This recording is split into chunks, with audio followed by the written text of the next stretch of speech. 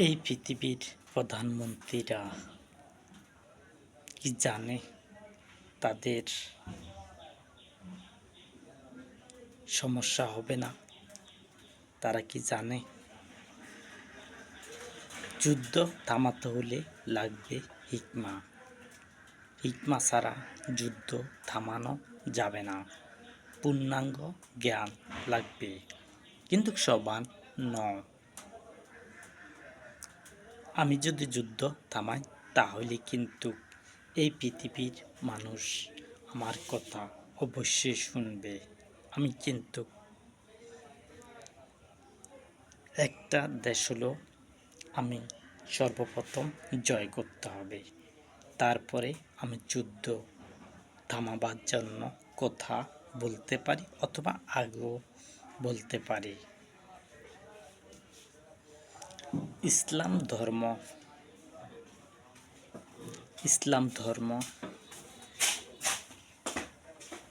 হলো ইসলাম হলো আল্লাহর দল।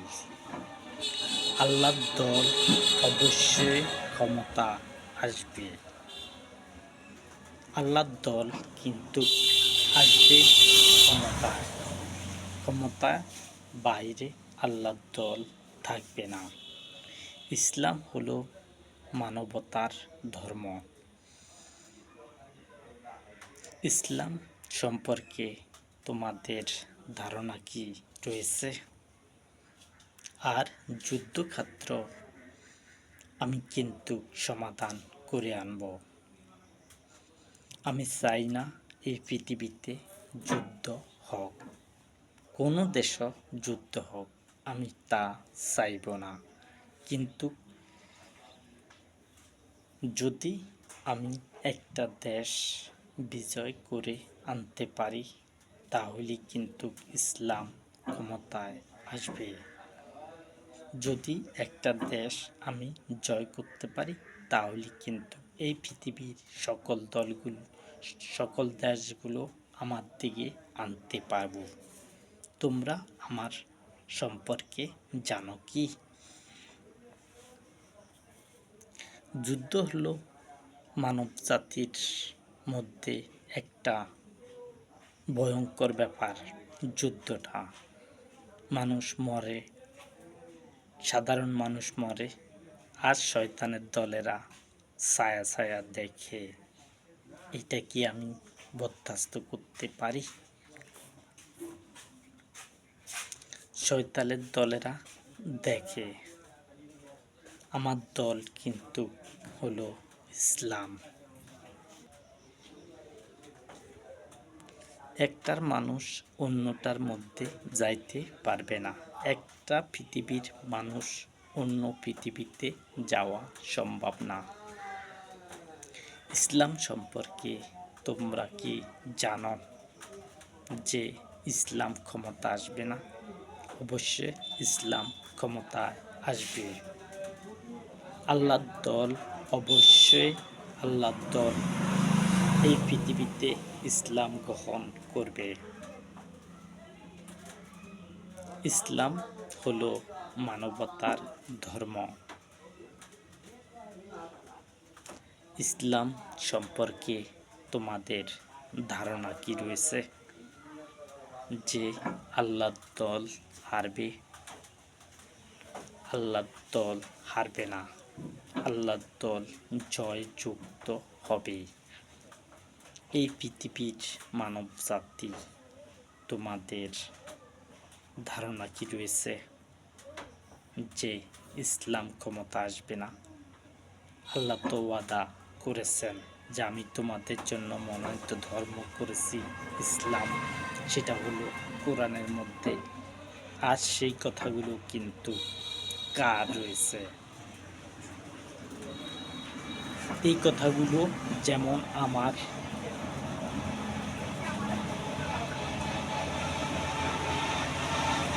সেই কথাগুলো আমারই কথা। সেগুলো মানব জাতির মধ্যে তোমরা আমার কথা রেখো, আমার কথা তোমাদের মধ্যে সংযুক্ত রেখো।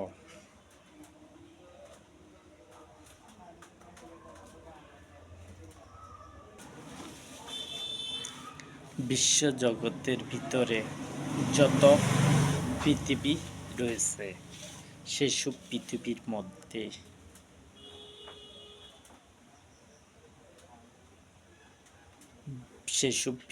মধ্যে ইসলাম নেই। ইসলাম হলো এই পৃথিবীর মধ্যে থাকবে। যেমন যেসব নবীগণ আসছিল, এই পৃথিবীতে যেসব নবীগণ এসেছিল তারা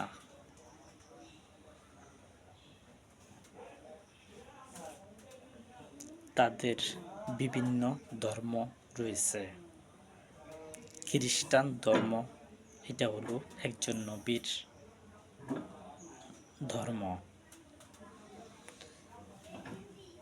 মুসলমান ধর্ম সেটাও একটা, সেটা আল্লাহর ধর্ম নয়। বৌদ্ধ ধর্ম সেটাও একটা ধর্ম রয়েছে। হিন্দু ধর্ম, বিভিন্ন ধর্ম রয়েছে, সেগুলো নবীগণ করে গেছে এবং নামও থুয়ে গেছে। তারা দেশ বিজয় করছে, তারা সারা পৃথিবীতে শাসন চালাইছে। যে পৃথিবীতে যে ছিল সে সেখানে চালাইছে, কিন্তু যার কথা, যে পৃথিবীতে যার কথা প্রতিষ্ঠিত থাকবে, সে যতক্ষণে না আসবে ততক্ষণ পর্যন্ত সেখানে ভাঙচুর, হত্যাযজ্ঞ চলবে। যখন অনন্তকালের জন্য একজন সাব্যস্ত করা হয়েছে, সে কিন্তু যতক্ষণে না আসবে ততক্ষণ পর্যন্ত সে সেখানে হত্যাযজ্ঞ চলতে থাকে। হত্যাযজ্ঞ চলক, সেটা আমি চাই না। আর নবীগণ যেমন এই পৃথিবীর মধ্যে অন্য কোনো নবী কিন্তু দেশ বিজয় করে অনন্তকাল থাকতে পারেনি। আমারটা হলো লাশ। আমি যদি ভোটের মাধ্যমে আনতে পারি তাহলে অনন্তকালের জন্য আমারটাই লাশ। এখানে যেখানে লাশ হবে, লাশ ব্যক্তি আসা পর্যন্ত যুদ্ধক্ষেত্র বিভিন্ন সমস্যা পড়তে হবে।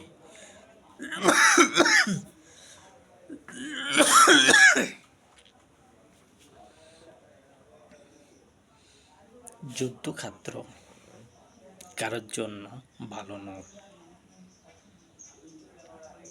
যারা যুদ্ধ করে তারা কিন্তু কি করে ভুল করে।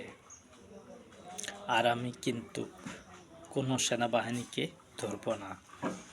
যদি আমার কথা লঙ্ঘন করে তাহলে আমি সেনাবাহিনীকেও ধরব। যদি আমার কথা লঙ্ঘন করে, আমি যেসব দেশে যুদ্ধ চালানো অফ করব, সেখানে যেন সেনাবাহিনী কোনো রকম কথা না বলে এবং যুদ্ধবিরতি থেকে অবসর নেয় নিজেদেরকে, আমি সেই সব কথাগুলো বলবো। আমি যেসব কথাগুলো বলবো যেগুলো যুদ্ধ বন্ধ করা যায়, সেখানে সেনাবাহিনীরা যদি আমার কথা লঙ্ঘন করে তাহলে তারা বিপদে পড়বে। সাধারণ মানুষ তাদেরকে পিটে মেরে ফেলবে।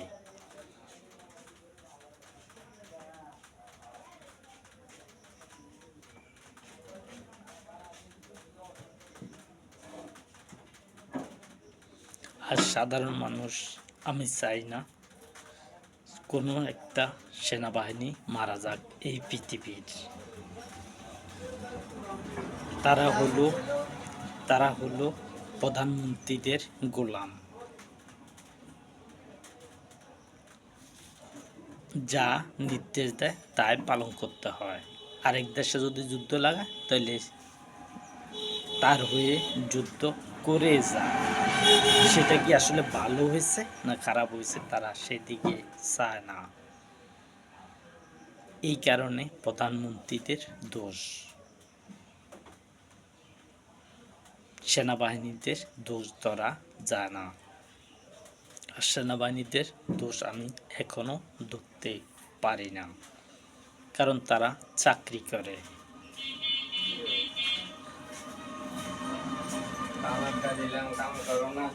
তারা সেনাবাহিনীরা কিন্তু তারা দোষ করে না, কারণ তাদের মনিবে দোষ করে। মনিব হলো প্রধানমন্ত্রীরা হলো মনিব। তাদেরকে চালায়, তাদেরকে বেতন দেয়, তারা সেই বেতন দিয়ে চলে। তারা যেমনি কয় তেমনি তারা যুদ্ধ চালায়। যুদ্ধ চালানো কিন্তু কঠিন ব্যাপার।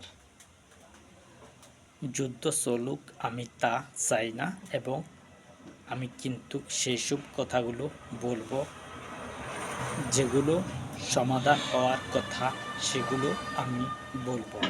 এখন সেগুলো বলে কোনো ফায়দা হবে না।